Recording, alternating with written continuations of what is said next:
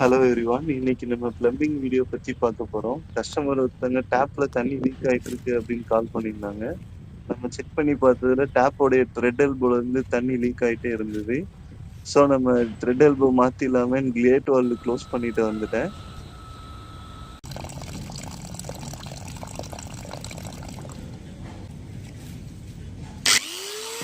இந்த வீடியோல நான் கட்டிங் மிஷின் யூஸ் பண்ணி பிவிசி பைப்பை கட் பண்ணியிருக்கேன். நீங்க நார்மலான பிளேடை வச்சு கூட கட் பண்ணலாம். ரொம்ப ஈஸியா தான் இருக்கும்.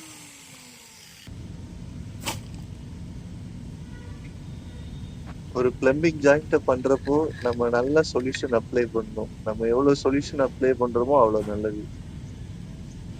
நான் இந்த பைப்ல சுத்தியும் அந்த எல்போவோட இன்னர் டயாலையும் நல்லா நான் சொல்யூஷன் அப்ளை பண்ணி அதை ஃபிக்ஸ் பண்ணியிருக்கேன்.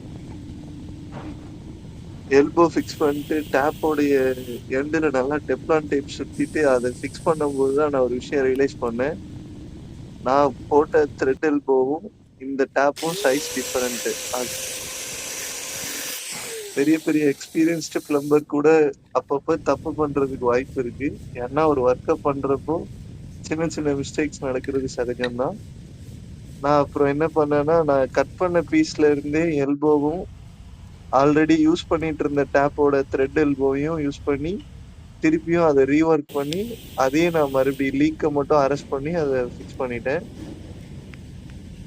இப்ப கரெக்டா டேப் வந்து த்ரெட் எல்போவோட செட் ஆயிடுச்சு. நம்ம பண்றது ஒரு சின்ன ஒர்க்கா இருந்தா கூட அதை நம்ம ரொம்ப கேர்ஃபுல்லாவும் கவனமாவும் பண்றப்போ அதுல வர மிஸ்டேக்ஸை தவிர்க்கலாம். அந்த ஒர்க்கையும் நம்ம சிம்பிளா பண்ணி முடிக்கலாம்.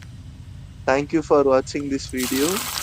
இதே மாதிரி இன்ட்ரெஸ்டிங்கான வீடியோஸ்க்கு நம்ம சேனலை சப்ஸ்கிரைப் பண்ணிக்கோங்க.